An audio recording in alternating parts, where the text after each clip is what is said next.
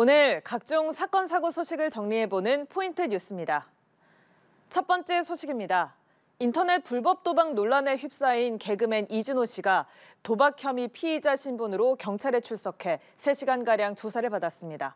이 씨는 연신 고개를 숙여 사과하면서도 사기 의혹에 대해서는 답을 아꼈습니다. 김선홍 기자입니다. 불법 도박 혐의를 받는 개그맨 이진호 씨가 3시간가량 경찰 조사를 받고 귀가했습니다.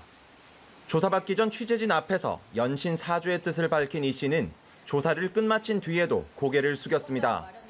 다만 경찰 조사를 받기 전후 모두 사기 의혹에 대한 질문에는 묵묵부답으로 일관했습니다.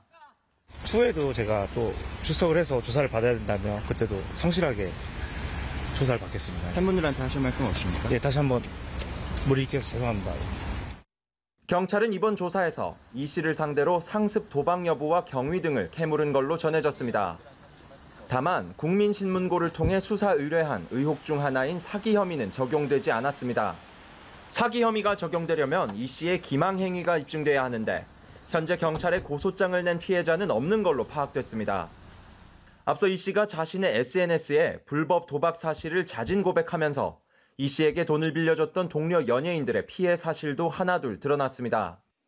1억 원을 빌려준 그룹 BTS 멤버 지민을 비롯해 방송인 이수근과 가수 하성운 등도 금전 피해를 본 걸로 알려졌습니다. 추후 이 씨가 도박 사실을 숨기고 돈을 빌렸다는 피해자 진술이 나온다면 사기죄가 성립할 가능성도 여전히 남아 있습니다. 경찰은 이 씨의 진술 내용을 토대로 구체적인 범행 기간과 액수 등에 대해서도 따져볼 계획입니다. 연합뉴스TV 김선홍입니다. 두 번째 소식입니다. 투자자들에게 곧 상장한다고 속이고 액면가를 최고 300배까지 불려 주식을 팔아온 일당이 경찰에 검거됐습니다.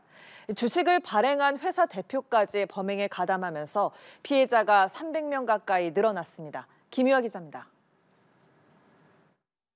가정집에 들이닥친 경찰이 금고를 열자 5만 원권 지폐 뭉치들이 나옵니다. 서울 강남의 한 사무실에서는 돈다발과 명품 시계, 보석 등이 발견됐습니다. 지난해 9월부터 곧 상장하는 주식이라고 속여 액면가 100원짜리를 3,000원에서 3만 원까지 불려 팔아온 일당이 머무른 장소를 경찰이 급습한 겁니다.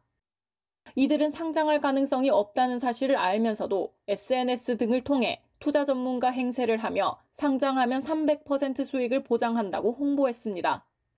회사의 사업 계획서를 보여주기도 하고 유튜브 라이브 방송도 하면서 투자자들을 모집하기도 했습니다. 경영난을 겪던 주식 발행 회사 대표가 직접 가담하면서 피해자는 286명까지 불어났습니다.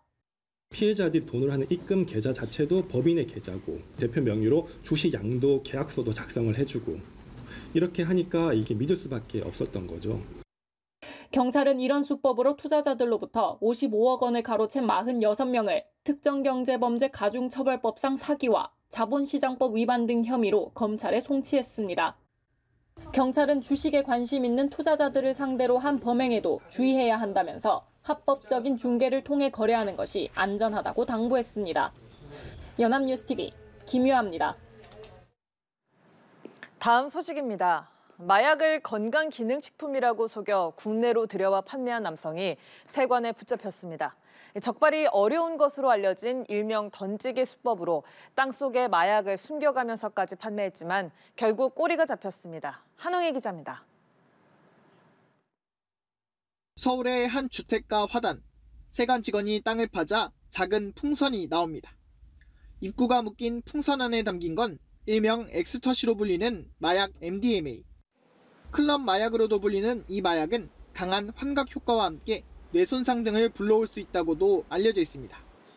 세관은 지난 8월 건강기능식품으로 위장한 국제우편에서 MDMA 첫 내정을 적발했습니다. 우편물 주인인 30대 A씨의 집에서는 마약을 거래하는 방법 중 하나인 던지기 수법에 사용되는 도구가 발견됐습니다. 이를 수상하게 여긴 세관은 A씨의 휴대전화 포렌식 등을 통해 마약을 숨겨놓은 장소들을 추가로 포착했습니다. A씨는 평소 눈여겨둔 주택 화단이나 빌라 양수기함 등 서울과 인천 곳곳에 숨긴 마약을 SNS를 통해 판매했습니다. MDMA 외에도 밀수입해 숨긴 케타민만 125g, 2,500명이 동시에 투약할 수 있는 양입니다. 인천공항세관은 던지기 수법을 끈질기게 추적해 추가 밀수입 혐의와 국내 유통 중이던 마약류까지 찾아내 범행을 입증했다고 설명했습니다.